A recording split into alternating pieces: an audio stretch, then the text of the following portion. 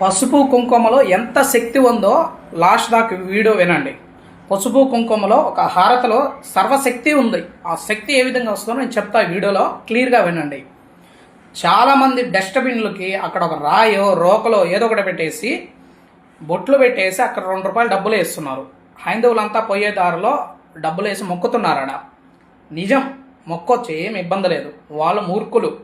మీకు నేను ఎక్స్ప్లెయిన్ చేస్తా పూజా విధానం. మీరు ఒక రాయి ఎక్కడైనా తీసుకోండి, ఒక రాయి తీసుకొని కడగండి, వాటర్తో కడిగి పసుపు కుంకుమ పెట్టి ఒక హారతి ఇవ్వండి. హారతి ఇచ్చి అంతే, నువ్వు పూజ చేయగానే అక్కడ పాజిటివ్ ఎనర్జీ అనేది అక్కడ వచ్చి కూర్చుంటుంది అనమాట అమ్మవారు. అది శక్తివంతమైందనమాట. నువ్వు ఆ బొట్టు పెట్టి పసుపు పెట్టడం వల్ల, హారతి ఇవ్వడం వల్లే నీకు అంత పాజిటివ్ ఎనర్జీ వస్తుంది అక్కడ. అది ఏంటంటే ఈ సృష్టిలో కల్లా ఏ దేవీ దేవతలను పిలిచినా కూడా అంతగా పలకరనమాట, ఒక్క అమ్మవారు.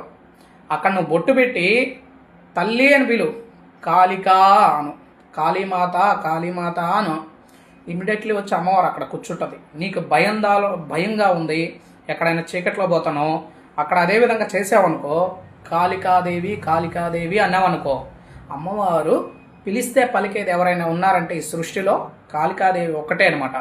పిలిస్తే పలుకుద్ది అమ్మవారు.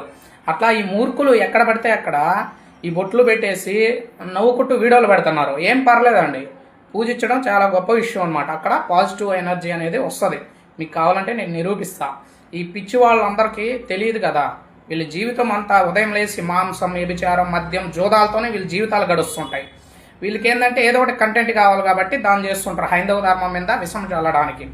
అందుకని బొట్టు పెట్టి పూజ చేయడం వల్ల అక్కడ పాజిటివ్ వస్తుంది. నువ్వు అక్కడ చేరి తల్లి అని పిలు. అమ్మవారిని పిలిస్తే పలికేది ఎవరైనా ఉంటారంటే ఈ సృష్టిలో ఈ తల్లి ఒకటే. అందుకని పసుపు కుంకుమకే అంత శక్తి ఉందన్నమాట. ఓం నమో వెంకటేశాయ.